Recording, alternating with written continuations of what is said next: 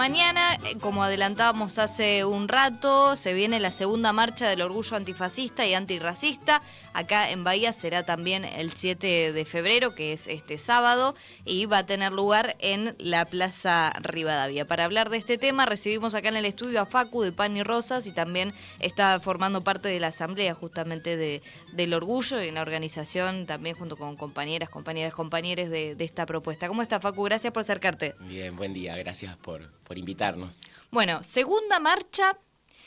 ¿Qué tiene de particular esta segunda, al menos en la organización, en el debate que se plantea de cara a esta jornada, con la diferencia que hay entre aquella primera que surgió de la propia bronca de los dichos de Javier Milei en Davos y que se organizó de forma tan rápida pero con una mirada tan clara, ¿no?, de lo que estaba sucediendo? ¿En qué contexto llega esta segunda? Bueno, por ahí está bueno tener en cuenta esto que vos decías, que la primera ocurre como una respuesta rápida ante dichos aberrantes que buscan ligar a la diversidad sexual con la pedofilia, con el abuso de menores, como usando un recurso que se llama cherry picking, un caso puntual en Estados Unidos, como muestra de que eso significa la diversidad sexual, la ideología de género, como lo llama la ultraderecha. Un ataque brutal intentando convertirnos en chivo expiatorio de la bronca social, del malestar, de la frustración, ¿no?, en momentos de crisis. Claramente entró la bala porque después no volvió a tener exabruptos tan claros al respecto, por lo menos el presidente, no sus súbditos, pero claramente no pudo volver a tener el mismo discurso en Davos. Esto es una forma de recordar que estamos de pie, que no vamos a bajar la cabeza ni bajar las banderas de todas nuestras peleas, pero también esta segunda marcha ocurre en el marco de una situación internacional y nacional muy complicada. Estamos a las puertas de un intento de hacer pasar una reforma laboral, y eso es algo que estuvo en debate antes de la Marcha del Orgullo también, porque sabemos que la comunidad LGTBIQ+, son sectores que sufren más precarización laboral por la discriminación que todavía existe, y al igual que con las mujeres pasa, recaen mucho más fuerte estos ataques sobre las condiciones de vida, sobre las condiciones de trabajo, ¿no?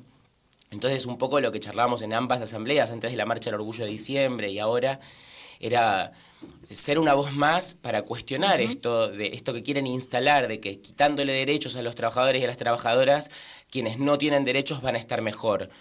Algo totalmente falso, algo que ya se mostró todas las veces que se aplicaron reformas laborales regresivas, digamos, que quitan derechos. La realidad es que bajan la vara también para las precarizadas y les precarizades. Entonces quienes ya se encuentran en situaciones de más precariedad y la situación del colectivo travesti trans es la más dramática al respecto, no va a ser más que empeorar. Entonces la intención de la asamblea en ambas, en la del Orgullo de diciembre y ahora, es buscar la unidad de las peleas contra estos ataques, seguir marcando la cancha de que no vamos a dejar pasar discursos de odio. Sabemos que los discursos de odio generan más violencia. Lo vimos en nuestra ciudad dramáticamente con el caso de Rosario Sansone, así que de nuevo esta segunda marcha va a tener como principal consigna justicia por Rosario. Fue travesticidio, algo que la justicia sigue sin reconocer, pero además plantear la necesidad del cupo laboral travesti trans urgente. Es algo que ya es ley y que en Bahía Blanca, en el municipio de Bahía Blanca, no se aplica todavía. Así que bueno, un poco ese es el contexto de esta segunda marcha. También estamos ante un intento nuevamente de bajar la edad de imputabilidad, así que al igual que en la marcha nacional que está convocada en Buenos Aires, también estamos levantando la consigna de no a la baja de la edad de imputabilidad. Les pibes no son peligrosos, están en peligro. Porque también toda esta situación hace que los pibes estén más expuestos a situaciones de mucha violencia, a situaciones de no poder estar en la escuela, de no tener resueltas necesidades básicas elementales, y eso los deja más vulnerables para caer en redes que manejan muchas veces el propio Estado de forma clandestina, como es el narcotráfico, la trata de personas. Pero bueno, también en el marco de una situación brutal, no sé, en Estados Unidos estamos viendo marchas descomunales contra la violencia racista antimigrante que hay. Asesina también, ¿no? Totalmente, que además termina asesinando a ciudadanos norteamericanos que están tratando de defender comunidades de inmigrantes. de la violencia de ICE, con un Estados Unidos tremendamente agresivo que viene de bombardear Venezuela, que está amenazando países como Irán, como Cuba, con un bloqueo más brutal todavía, evitando que llegue petróleo a la isla. Entonces, un intento de Estados Unidos, digamos, de avanzar contra la soberanía latinoamericana. Bueno, como colectivo de diversidad sexual de un país latinoamericano también consideramos que es parte de lo que tenemos que discutir, rechazar esta injerencia imperialista que es parte también del entramado que impulsa la reforma laboral, que impulsa bajar la calidad de vida y la situación laboral en nuestros países. Así que un poco todo eso va a estar atravesando la convocatoria. También venimos viendo cosas como las de ayer, brutales, de represión a jubilades, a personas con discapacidad. Justo ayer una situación de un jubilado discapacitado que terminó siendo asistido de urgencia por la represión de Bullrich. Bueno, también otra de las consignas que está nacionalmente acá también es, bueno, acá no sobra nadie, ninguna vida es descartable y apoyamos las luchas de jubilades y de discapacidad. Vos mencionabas recién que, bueno, claramente a partir de la marcha gigante que se hizo en febrero del año pasado, de la primera, modificó el discurso del presidente, esta vez cuando fue a Davos, ¿no? Estábamos todos mirando a ver qué iba a suceder, qué iba a decir con mucho miedo, ¿no? De qué pueda llegar a decir en ese lugar. Pero más allá de la figura presidencial y de su discurso y la posibilidad o no de que insista con estas cosas aberrantes que él dijo, ¿crees que igualmente por debajo han pregnado esos discursos de odio que se habilitan cada día más en la sociedad y en los vecinos, vecinas y en las situaciones cotidianas, que eso se fue replicando pese a que, bueno, por ahí en cierta medida ahora el presidente se muestra más moderado, ¿no? Pero pienso, no sé, en los lajes, ¿no? de todo ese entorno y cómo eso se va replicando, en pibas jóvenes inclusive. Bueno, claramente es una usina de pensamiento de ultraderecha, odiante, que busca usarnos de chivo expiatorio, como te decía antes. Eso lo intentan hacer. Yo dudo que eso realmente prenda en sectores tan amplios. Más vale que eso legitima una violencia que siempre estuvo, que cada tanto se vuelve más brutal. Digamos, muchos hemos vivido situaciones de violencia callejera por nuestras identidades, por andar de la mano con alguien de nuestro mismo género o por cómo nos vestimos. Eso nunca dejó de estar. Es cierto que tiene una mayor legitimación a través de estas usinas de pensamiento reaccionario y de la legitimación en las figuras como el presidente, pero a mí me parece que no, o sea, pensamos que no es algo que sea totalmente mayoritario. Creo que hemos conquistado un montón de visibilidad y de espacios y hemos peleado leyes y así como la marea verde hemos conquistado leyes que el gobierno ha intentado deslegitimar e incluso plantear que quieren bajar el derecho al aborto. Bueno, no han podido todavía. O sea, creo que no es momento de pensar que ya hay una derrota al respecto porque todavía no la hay. Es momento para mí de que unamos las luchas de los de abajo, de quienes están sufriendo esta situación, para mostrar otro camino, para mostrar que no es que porque haya cupo laboral trans alguien va a perder su laburo, sino que tenemos que unir fuerzas para pelear condiciones de vida dignas para todos. Me parece que eso está todavía como a tiempo. Yo creo que no no es algo que ya ganó un consenso social mayoritario. Nos parece eso. Eso no quita que sí, que recrudecen crímenes de odio, obviamente, legitimados y con mayor impunidad. Pero bueno, la verdad es que los compañeros de la Asamblea han estado participando de las luchas de jubilades y se encuentran con un gran recibimiento. Ayer estuvieron invitando en la marcha de jubilades a la convocatoria de este sábado. Me parece que es más bien hora de afianzar esos lazos entre las luchas, coordinarnos para pelear y no quedarnos cada uno en su rincón con miedo. Me parece que el miedo es el peor consejero en momentos como este. Me quedé pensando en esto que mencionabas respecto de, bueno, la gente no por ahí no prende tanto en sectores más amplios estos discursos, porque en definitiva, ¿no? Uno habla con gente que por ahí votó a Milei y al fin y al cabo lo que más destacan y deseaban era, bueno, una inflación que esté más estable, ¿no? Pero no por eso van a abrazar o adoptar todo este tipo de discursos de odio, ¿no? Esto que decís es clave, para mí está bueno incluso para pensar el último resultado electoral, porque veníamos de un resultado en provincia que parecía que daba por tierra con el intento de nueva hegemonía de ultraderecha, y de repente para la siguiente elección vuelve a ganar. Bueno, pero hay que tener en cuenta que fue una elección con una participación muy baja y con Estados Unidos amenazando desde los medios, desde su tribuna internacional, diciendo que si acá no ganaba Milei había un colapso y Estados Unidos retiraba todo el apoyo. Entonces es lógico también que haya un sector que quiere tranquilidad, que no quiere que salte la inflación y que no le alcance para pagar el alquiler el mes siguiente. Y bueno, y también la tregua inmensa que están dando los grandes sindicatos en Argentina, que incluso las direcciones más mayoritarias de movimientos como el movimiento de mujeres y diversidades sexuales, que en su momento fue una marea inmensa. Y la realidad es que, bueno, hay cómplices no solamente entre quienes le votan las leyes al gobierno y todo, sino también entre quienes le permiten cierta paz social. Si no hay una gran lucha y tenés al principal gobierno imperialista del mundo diciendo si no gana Milei se colapsa Argentina, y tiene sentido que se apriete, pase, pero yo creo que es como vos decís, que hay mucha gente que no es que vota a Milei por acuerdo con toda su agenda reaccionaria. Más bien es como, bueno, un intento de ver si pueden aferrarse a cierta estabilidad. Una estabilidad que cada vez es más cruda para muchos sectores. Seguro. Esto que mencionás respecto de la tregua que están dando las grandes centrales obreras, ¿qué están pensando, qué estuvieron charlando estos días, intercambiando en el medio de la expectativa de, bueno, hay que esperar este viernes a ver si la CGT convoca para una movilización y si además se atreven a que haya un paro general, ¿no? En ese contexto, ¿qué experiencias ves que van surgiendo, ya sea de esta misma marcha que se va a hacer este sábado u otras, ¿no? Incluso en lo local, pienso en iniciativas como la Asamblea Abierta, por ejemplo. ¿Qué lectura hacen del momento?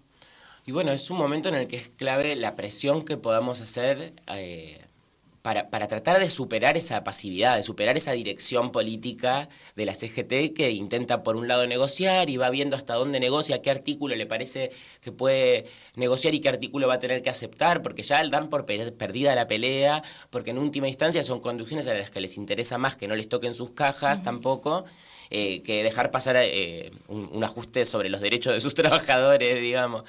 Entonces, obviamente espacios como la Asamblea Abierta de Bahía Blanca son espacios importantes para coordinar entre quienes sí quieren luchar, entre quienes quieren un espacio para organizarse, para coordinar a los distintos sectores en esta pelea.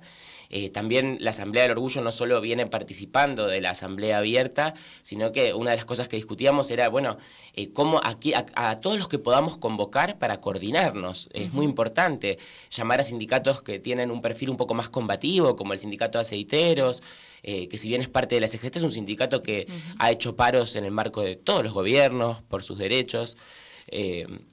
Buscar a todos esos sectores que sí quieren levantar la cabeza, que no quieren esperar a ver qué dice la CGT para pelearle ese plan de lucha, porque además no es solamente que ese día haya un paro, que ojalá, o solo un desfile, como también viene haciendo la CGT, sin paro, que no alcanza con ir un ratito y volvernos cada uno a su casa.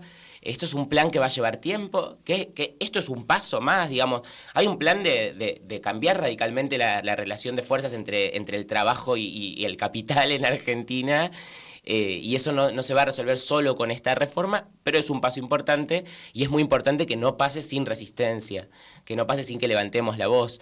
Entonces sí, queremos nutrir espacios de coordinación como la Asamblea Abierta. Ahora va a haber una reunión de coordinación este viernes, también buscando generar este espacio entre sindicatos recuperados, espacios combativos, corrientes de trabajadores, trabajadoras, la Asamblea del Orgullo, todos los movimientos que vienen peleando cada uno por su lado y que es necesario que se unan para tratar de imponer un plan de lucha real a las centrales sindicales. Seguro. Respecto a la marcha, ¿no? Uno escucha Marcha del Orgullo antifascista y antirracista.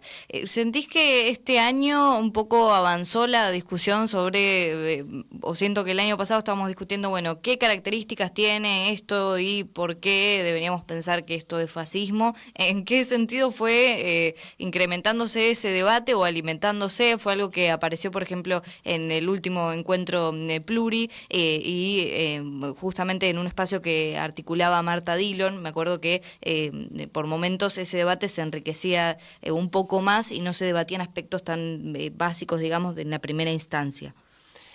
Yo creo que hay muchas formas de pensar eso. Me parece que por ahí lo más árido es quedarnos en si eso no es fascismo.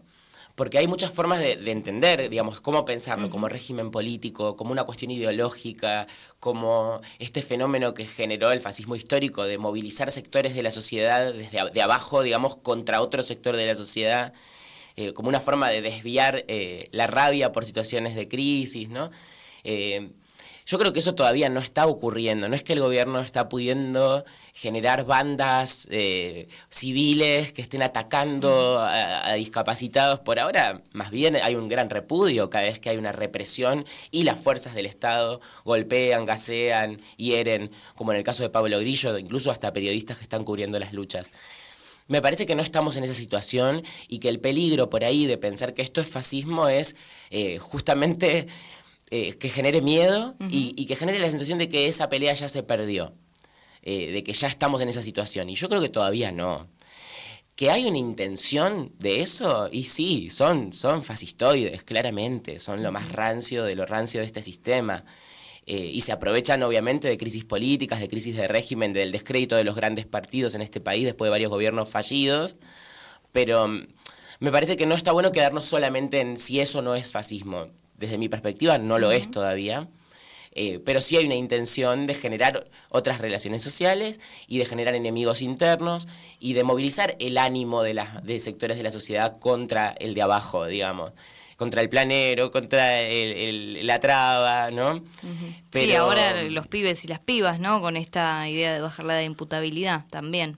Claro, pero yo creo que eso no tiene un consenso total todavía. Y me parece que no tiene todavía tampoco las características de un régimen fascista. Entonces es muy importante no bajar los brazos todavía, no pensar que eso ya es así, sí afianzar lazos entre los de abajo, sí cuidarnos, armar redes de cuidado, digamos, de autodefensa ante situaciones que se puedan ir de madre, como muchas veces en las movilizaciones se organiza, como tenemos una gran experiencia de las marchas de la Marea Verde al respecto de eso también. Pero bueno, no desesperar, no pensar que eso ya es un hecho consumado, eso me parece muy importante.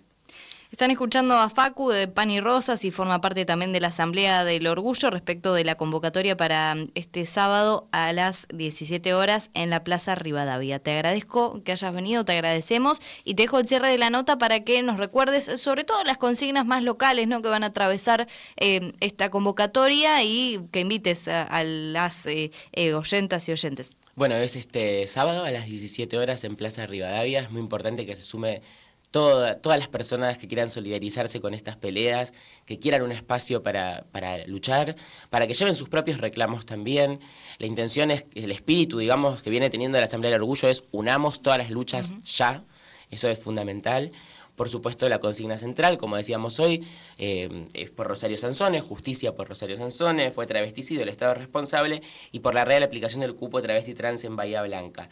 Después, bueno, obviamente contra la reforma laboral de Milei y el FMI, contra la baja de imputabilidad. También estamos planteando que frente al ecocidio que se está viendo en la Patagonia, los grandes incendios, es muy importante enfrentar la especulación inmobiliaria y recursos para el fuego, defender la ley de glaciares, también respecto a lo que pasa acá en Bahía, apoyar las luchas de los trabajadores de salud. Hemos visto incluso que les descontara el municipio paros a los trabajadores del municipal. Entonces, apoyar todas las peleas de salud y educación, y unidad de todas las peleas, apoyar a jubilados y discapacitados, y ser una voz más también para enfrentar al imperialismo, a la avanzada contra Latinoamérica, seguir peleando contra el genocidio en Gaza y enfrentar toda persecución xenófoba y racista a las y los inmigrantes. Gracias por venir. Gracias a ustedes, por supuesto.